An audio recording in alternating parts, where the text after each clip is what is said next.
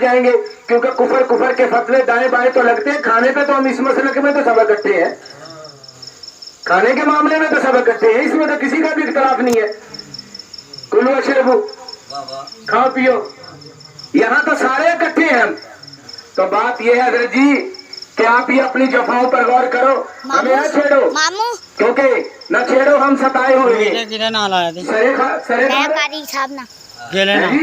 نہ چھیڑو ہمیں ہم ستائے ہوئے ہیں. ابھی نہ ستاؤ بھائی, اور یہ بازو بھی ہمارے آزمائے ہوئے ہیں. چھیڑنے کی ضرورت نہیں ہے کیونکہ ہمارا تو عقیدہ ہے. آقا دو جہاں صلی اللہ علیہ وسلم نے اس کائنات میں تشریف لے کر کے نہ آنا ہوتا, آسمان کو بلندی نہ ملتی.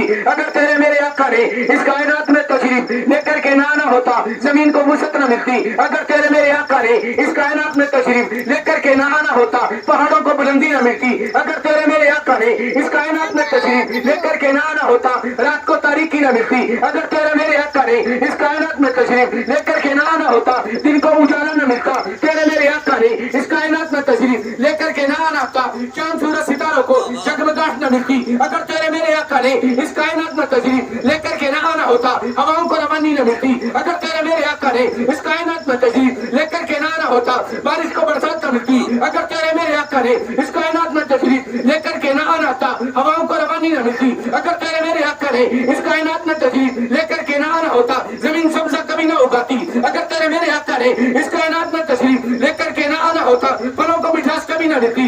اگر تیرے میرے آقا نے اس کائنات میں تشریف لے کر کے نہ آنا ہوتا, 1,24,000 کم و بیش انبیاء کی جماعت کو نبوت نہ ملتی. اگر تیرے میرے آقا نے اس کائنات میں تشریف لے کر کے نہ آنا ہوتا, 313 رسولوں کو رسالت نہ ملتی.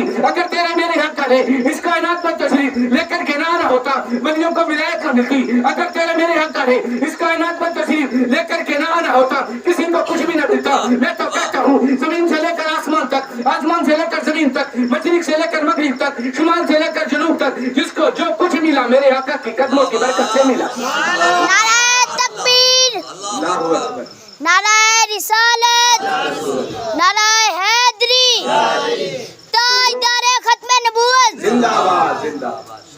تو کسی کو کچھ بھی نہ ملتا, جس کو جو کچھ ملا میرے آقا کے وسیلہ سے ملا.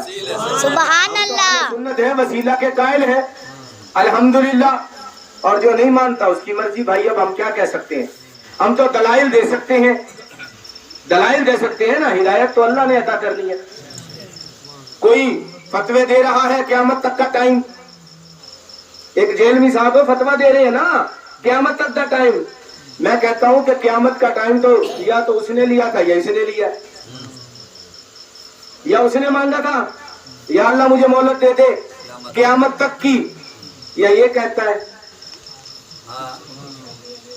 یا یہ کہتا ہے قیامت تک کا ٹائم. بھائی ہم تو بزرگوں کے ماننے والے ہیں, بڑوں کے ماننے والے ہیں, علم والوں کو بھی ماننے والے ہیں, قرآن والوں کو بھی ماننے والے ہیں. جڑے ہے ہی منن والے انہوں نے بیچارے تسی چھیڑنا.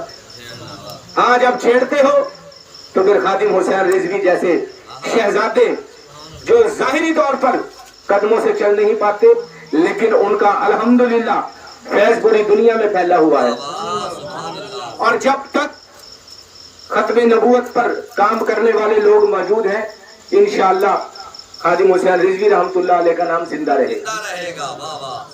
تو وہ مالک ہے, کام جس مرضی سے لے لے, وہ کسی کا محتاج ہے, وہ کسی کا محتاج ہے, جس سے چاہے کام لے لے.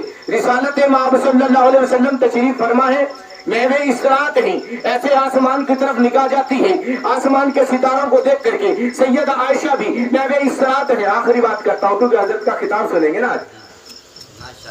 ویسے میں تو تھوک کی دکان ہوں, الحمدللہ ایسی بات نہیں ہے, لیکن آج میں حضرت کا بیان سننے کے لیے حاضر خدمت ہوا ہوں. تو میرے دوستو, امی عائشہ تشریف فرما ہے, سرکار بھی تشریف فرما ہے.